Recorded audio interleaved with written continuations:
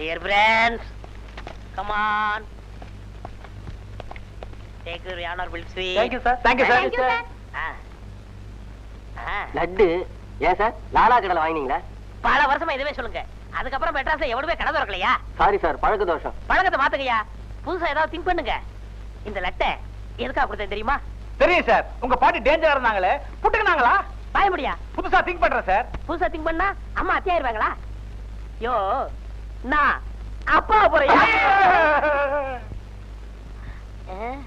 என்னய்யா? என்ன நம்பவே முடியலையே சார். பொய்யெல்லாம் சொல்லாதீங்க சார். யோ நம்புங்கய்யா, சத்தியமாயா? இல்ல சார், இன்னும் உங்க ஜாதகத்துல குரு பலன் வரல, அதான் யோசிக்கிறேன். ஏயா என் பொண்டாட்டி புருஷன் குருவா நானாயா? உன் ஜாதக தூக்கி குப்பை தொட்டில போடு. நாடு வர வர எவ்வளவு அட்வான்ஸா போயிட்டு இருக்கு. என் பொண்டாட்டி கருத்தரிக்காதுன்னு டாக்டர் சொல்லிட்டாரு. அதனால ஒரு பொண்ணை செட்டப் பண்ணிட்டீங்களா சார்? அடச்சை வாயமுடுமா. அப்ப என்னதான் பண்ணீங்க சொல்லுங்க சார். இதான் பண்ணீங்களா? அது ஓன் புத்திடா. யோ டென்ஷன் என்னோட உயிர் அணுவையும் ஒரு பொண்ணோட உயிரணுவையும் எடுத்து டெஸ்ட் டியூப் மூலமா டாக்டர் கருத்தரிக்க வச்சிருக்காரு. இப்ப அந்த குழந்தை என் பொண்டாட்டி வீட்டுல வளருதியா? என்ன சார் டிகாஷனையும் பாலையும் கலந்து டீ போடுற மாதிரி ஆச்சு இந்த கர்ப்பம். போற போக்க பார்த்தா கார்பரேஷன் குழாயை திறந்தா குழந்தையா குட்டும் போல தெரியுது. ஏன் பேப்பர்ல போட்டா ஒத்துக்குருவீங்களா? வாயில சொன்னா நம்ப மாட்டீங்களா? எப்படியோ என்ன மாதிரி என் பொண்டாட்டிக்கு அழகான குழந்தை பிறக்க போகுது. உங்களை மாதிரி அழகா சார். எனக்கு ஒரு சந்தேகம் சார். என்னையா? இல்ல பிறக்க போற குழந்தைக்கு அம்மா உங்க மனைவியா மத்தவளா? யோ ஸ்ரீரங்கம், இவரு குழந்தை பிறந்தது வச்சுக்க, இவர் அப்பான்னு கூப்பிடுமா சித்தப்பான்னு கூப்பிடுமா? என் குழந்தைக்கு யாரு வேணாலும் அம்மாவா இருக்கலாம். ஆனா சத்தியமா சொல்றேன், நான் தான் அப்பே, நான் தான் அப்பே. எல்லோரும் இங்க வாங்க. என்ன ஒரு சந்தேகம்? என்ன இந்த டெஸ்ட் டியூப்ல குழந்தை பிறக்குத, அவர் யாருக்கு ஜாதகம் நினைக்கிறது? குழந்தைக்கா டியூபுக்கா? டாக்டர்.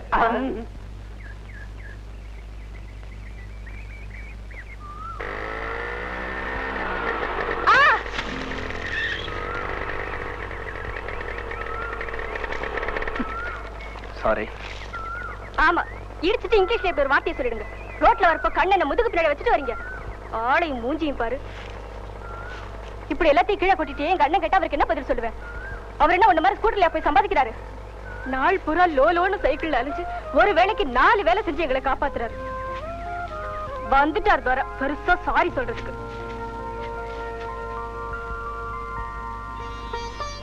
இந்தாங்க காஃபி.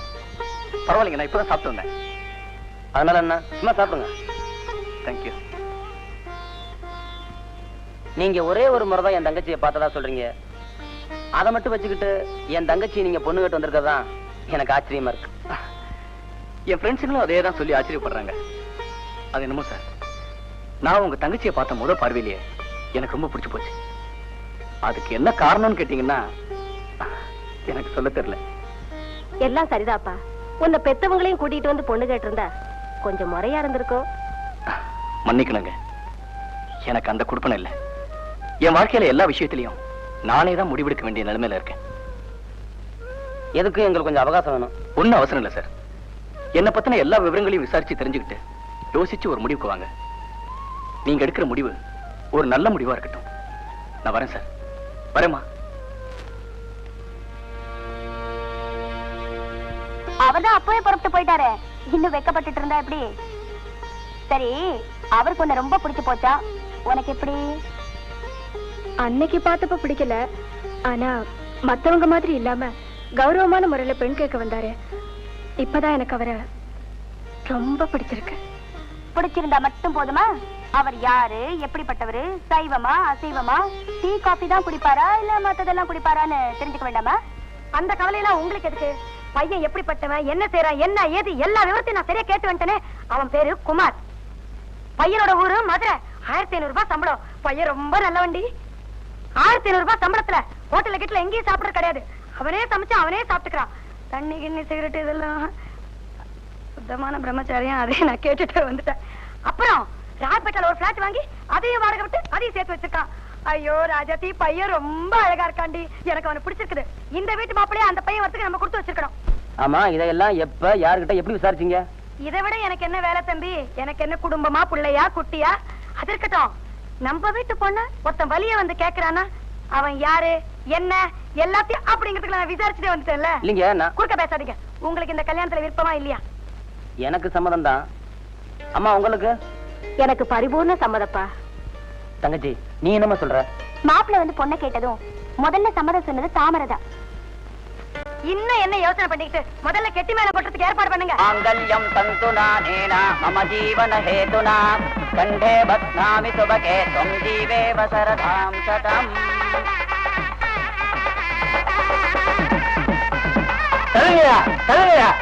ஒரு வீட்டை வாழைமரம் கட்டிடக்கூடாது. கோழி சாப்பாடுக்குனே வந்துருங்க. வாய மூடியா? வாயாச்சு அங்கே ஊத்துறாங்க, இங்கே வாய திறக்கிற. இவனை அனாதை பையன் நினைச்சு பொண்ணு கொடுத்த அனாதை பையன் எவையா? மரியாதையா பேசு. மரியாதை அடகு வச்சா எங்க திருப்ப வேண்டி வருமோன்னு நினைச்சு நாங்க மொத்தமாவே வித்துவிட்டோம். இன்னும் எங்களை பத்தி அதிகமா தெரிஞ்சுக்கணும்னா அதோ நிக்கிறாங்களே பெட்டிஷன் பெரிய நாயகி, அவங்க கிட்ட கேளுங்க. ஒரு கதா காலேஜமே பண்ணுவாங்க. என்னங்க இது? கல்யாண வீட்டுல நாகரிகம் இல்லாம பேசி கலாட்டா பண்றீங்க. கலாட்டா பண்ணுவோம், கராட்டா பண்ணுவோம், குங்ஃபு பண்ணுவோம். அத கேட்க நீ யாரு? இந்த வீட்டு சம்பந்தி. நாங்களும் சம்பந்தி தான். சந்தேகம் இருந்தா அந்த உட்கார்ந்துருக்கான மாப்பிள்ளை அவங்கிட்டே கேட்டு பாருங்க. ஏண்டா முட்டையை முழுசா முழுங்குற மாதிரி 3 உட்கார்ந்துருக்க? வாய திறந்து சொல்ல. வாய திறந்தா உள்ளே இருக்க முட்டை வெளியே விழுந்துரும் பாக்குறியா? குமார் யாருங்க? என்ன பெத்தவங்க.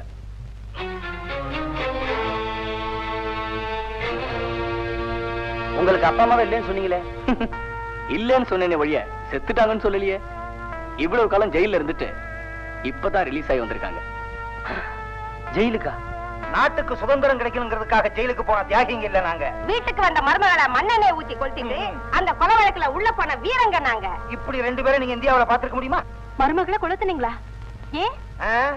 தீபாவளிக்கு பட்டாசு வாங்க காசு இல்ல, மருமகளை கொளுத்திட்டோம். விவரங்கிட்ட தரமா பேசிக்கிட்டு இருக்கீங்களே.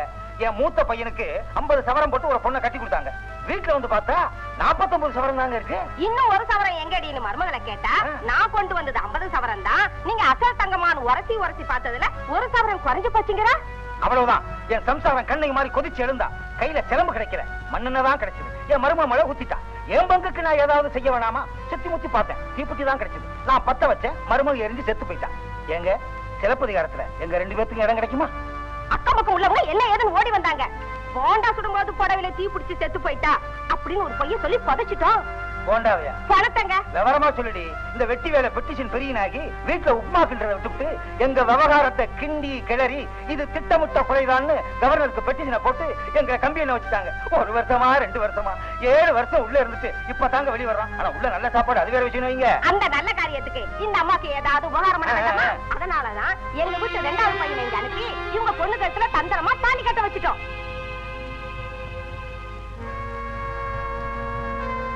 எந்த மாமனார் மாமியார ஜெயிலுக்கு அனுப்பிச்சாங்களோ இதே வீட்டுக்கு இவங்க வீட்டு பொண்ணே மருமகளா வந்திருக்கிற நிலைமை எப்படி? கதையில ஒரு புதிய திருப்பம் இல்ல? மாப்பிள்ளை பத்தின எல்லா விஷயத்தையும் விசாரிச்சு தெரிஞ்சுக்கிட்டேன். நம்பி பொண்ணை கொடுக்கலாம்னு சொல்லி இப்படி கொலகார குடும்பத்துல என் தங்கச்சி தள்ளிட்டீங்களே, இப்ப என்ன செய்யறது? பொண்ணு தெரியாதுன்னு சொல்லணும், இல்ல தீர விசாரிச்சாவது சொல்லணும். இப்படி 2மே இல்லாம அவசரப்பட்டு அநியாயம் பண்ணிட்டீங்களே, இது அடுக்குமாமா? புருஷனோடையாவது வாழ்ந்திருக்கணும், இல்ல புள்ள குட்டியாவது பெற்றிருக்கணும். 2 இல்லாத பொம்பளை கல்யாணம் நடத்தினா இப்படித்தான் இருக்கும். ஏன் மௌனமா இருக்கீங்க? பேசுங்க மம்மி. இவங்க கேக்குற கேள்விக்கு என்ன பதில் சொல்ல போறீங்க? என்ன பதில் சொல்ல சொல்ற? ஆளாளுக்கு என்னமோ வாய்க்கு வந்தபடி நான் வாழாதவா? ஏமா மனசு இல்லையா? நானும் பொம்பளை தானே தம்பி. செஞ்சு நான் சொல்றது புரிஞ்சுக்கங்க தம்பி. எங்க போனாலும் தப்புதான் என் கண்ணுல படும். ஆனா இந்த பையன் விஷயத்துல தப்ப தவிர நல்லதுதான் என் கண்ணுல பட்டது. நல்ல பையன் நம்பி நான் கூட்டிட்டு வந்துட்டேன். யானைக்கு அடி சறுக்குங்கிற மாதிரி இன்னைக்கு எனக்கு நடந்து போச்சு. ஏன்னா சரியில்லை. ஆளாளுக்கு வாய்க்கு வந்தபடி பேசுறீங்களே. சத்தியமா சொல்றேன், உன் தங்கச்சி கழுத்துல தாலி ஏறணுங்கிற ஒரே நல்ல எண்ணத்துலதான் இந்த பையனை நம்பி நான் கூட்டிட்டு வந்தேன். திட்டம் போட்டு வேலை ஏமாத்திருக்கான். காபி டம்ளர் கழுவுனாலேயே கவர்னருக்கு பெட்டிஷன் போடுவேன். இங்க கல்யாணத்திலேயே சதி நடத்தியிருக்கோம். தைரியம் இருந்தா பெட்டிஷன் போடுவேன் பார்க்கலாம். அது எப்படிங்க எழுத முடியும்? எழுதுனா போர்ஜரின்னு மாப்பிள்ளையும் சேர்த்துல உள்ள தள்ளுவாங்க. அப்புறம் பொண்ணோட கேதி. சரி, நடந்து போச்சு. பொண்ணை நம்ம கூட அனுப்பி வைக்கிறாங்கன்னு வச்சுக்கோங்க. நம்ம வீட்டுல எப்பவும் மண்ணெண்ணையும் தீப்பெட்டி ஸ்டாக்ல இருக்க. ஆண்டாளு விதி சிரிக்குது சிரிக்குதுன்னு சொல்லுவாங்களே, அது சிரிச்சு நீ பாத்திருக்கியா? பார்த்ததே இல்லைங்க. இப்ப பாரு.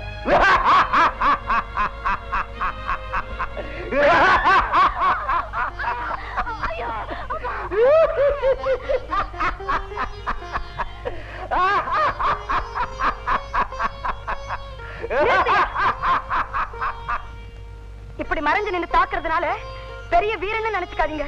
இத பாருங்க, நியாயமா நான் செஞ்ச காரியத்துக்கு தண்டனை கொடுக்கணும்னா என்ன தண்டிச்சிருங்க. தயவு செஞ்சு அந்த அப்பாவி பொண்ணை தண்டிச்சிடாதீங்க. பாத்தியாடி, அடுத்தவங்க விட்டு பிரச்சனைன்னா அப்பவே பெட்டிஷன் எழுதி கொடுக்கறவங்க தான் பொண்ணு வாழ்க்கைன்னு சொன்ன உடனே கண்ணீரால கரணம் கொடுக்கறாங்க. தூண்டில்ல மாட்டின மீனே துடிக்காம இருக்குமா? என்னடா பாத்துக்கிட்டு இருக்க? முகூர்த்தம் முடிஞ்சு ராகால ஆரம்பிச்சிருச்சு. இதான் நமக்கு ஆகி வந்த நேரம். மருமகளை கூட்டிட்டு புறப்படு போலாம். ஏண்டா எங்களை ஏமாத்தி கல்யாணம் பண்ணது இல்லாம என் தங்கச்சி வர குட்டி பாக்குறியா? விட மாட்டேன்டா. தங்கச்சி என்ன மன்னிச்சிருக்கணும். என் புருஷன் வேணும்னா ராமதா இல்லாம இருக்கலாம். ஆனா நான் சீத்தையா தான் இருந்தாகணும். அவர் வீடு வேணும்னா அசோகவனமா இருக்கலாம். ஆனா அது எனக்கு அயோத்தி தான். ஏன்னா நான் இந்திய மண்ணில பிறந்தவளாச்சு. அது போதும், புறப்படு. தங்கச்சி சொன்ன கேளுமா, போகாதம்மா. தம்பி, நீ அவங்களை நிறுத்தினது இருக்கட்டும். நீ எதுக்கு ஒரு 51 சவரன் ரெடி பண்ணி வை. அதை நாங்க 51 சவரன் உரசும் போது ஒரு சவரன் குறையும் இல்ல. எதுக்கு நம்ம சேஃப்டியா இருக்குன்னு பாரு. இனிமே நமக்கு எல்லாமே சம்பந்தி வீட்டுல இருந்தே கிடைக்கும். எதுவுமே வாங்க வேண்டியது இல்ல. மண்ணெண்ணையும் தீப்பெட்டியும் தவிர. புறப்படுங்க. இல்லாமா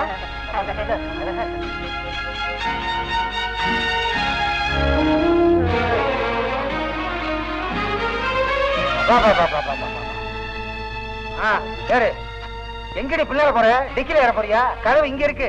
அது வந்துங்க 7 வருஷமா போலீஸ் பின்னாடியே ஏறி பழக்கமா. அதான் 4 பேருக்கு முன்னால மரியாதையாவே பேசவே மாட்டியா? சரி வா. இருங்க. என்ன நீங்க எதுக்கு டாக்ஸில ஏறீங்க? நம்ம வீட்டுக்கு போறதுக்கு தான். அது நம்ம வீடு இல்ல, ஏன் வீடு. என்னோட சுய சம்பாத்தியத்துல வாங்கின வீடு. இருந்தா என்னப்பா, புள்ள வீடு பெத்தவங்களுக்கு சொந்தம் இல்லையா? பெத்தவங்களா? எப்ப நீங்க ஜெயிலுக்கு போனீங்களோ அப்பவே அந்த உறவு முறிஞ்சு போச்சு. ஜெயில இருந்து வெளியே வந்தா நான் சித்தப்பாயிருவேனா? என்னடி உள்ள ஒரு பேச்சு பேசுறான், வெளியே ஒரு பேச்சு பேசுறான். டேய், நீ எலெக்ஷன்ல நிக்கலாம்டா. ஏண்டாப்பா, நீதான் நான் தந்திரமா போய் தாலியை கட்டுறேன், அதுக்கப்புறம் நீங்க வாங்க உங்க பழிய தீர்த்துக்கலாம்னு சொன்னேன். உங்கள மாதிரி அயோக்கியங்களுக்கு மகனா பிறந்தவன் நான் தெரிஞ்சா இந்த மாதிரி யோக்கியமான ஒரு குடும்பத்துல மாப்பிள்ளையார பாக்கி எனக்கு கிடைக்குமா? உங்களால எந்த விதமான தடங்களும் வரக்கூடாதுங்கிறதுக்காகத்தான் தாலி கட்டினதுக்கு அப்புறமா உங்களை இங்க வர சொன்னேன்.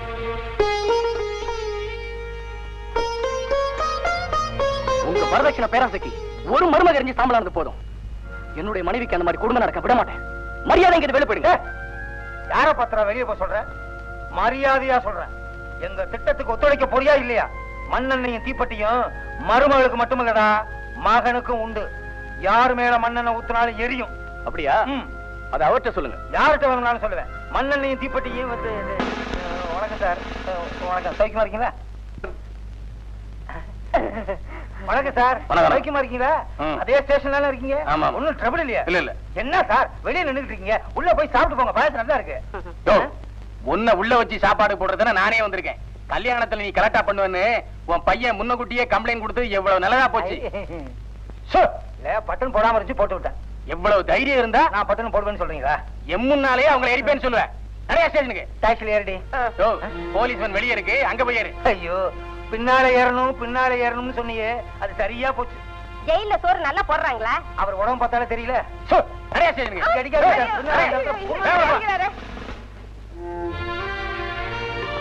என்ன மன்னிச்சிருங்கம்மா. கொஞ்ச நேரம் எங்க அப்பா அம்மாவோட திட்டத்துக்கு நான் ஒத்துழைக்கிற மாதிரி நடிக்க வேண்டியதாயிடுச்சு. கொஞ்ச நேரம் என்ன கதிக்கலங்க வச்சுட்டீங்களே. நான் சத்தியமா சொல்றேன் தம்பி, எந்த முன்விரோதம் காரணமாவும் நான் உங்க பெற்றோர்களுக்கு ஜெயில் தண்டனை வாங்கி கொடுக்கல. எல்லாம் எனக்கு தெரியுமா. இந்த மாதிரி சலசலப்புக்கு எல்லாம் பயந்து உங்களை மாதிரி சமூக சேவை செய்யறவங்க எல்லாம் பின்னாங்கிட கூடாதுமா. அம்மா, நீங்க வாழ்நாள் பூரா பெட்டிஷன் எழுதிக்கிட்டே இருக்கணும். அதுல மத்தவங்க குறையெல்லாம் தீரணுமா. அதம்மா என்னோட ஆசை.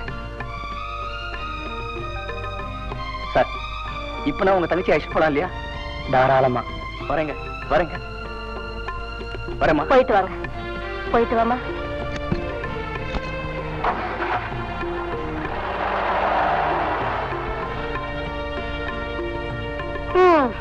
உன் கடமையெல்லாம் முடிஞ்சு போச்சு.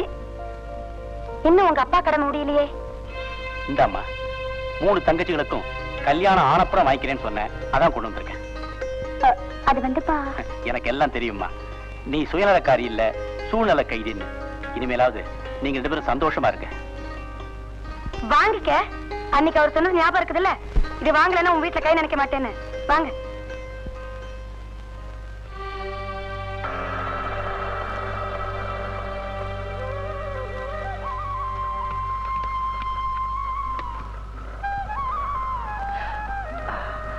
வாங்க. என்னமா அப்படி இப்ப வர்றீங்க? ட்ரெயின் லேட் ஆயிடுச்சு. செண்பகத்துக்கு வேற சீரியஸ் ஆயிடுச்சு. இமிடியேட்டா ஹாஸ்பிடல் அட்மிட் பண்ணணும். அப்படியா? சாவித்திரி, நீ தங்கச்சி உள்ள போ, நான் டாக்டரை பண்ணுறேன். என்ன பாக்குறீங்க? அப்படித்தான் அவங்கள தேடி இன்னொரு கடமை வந்தாச்சு.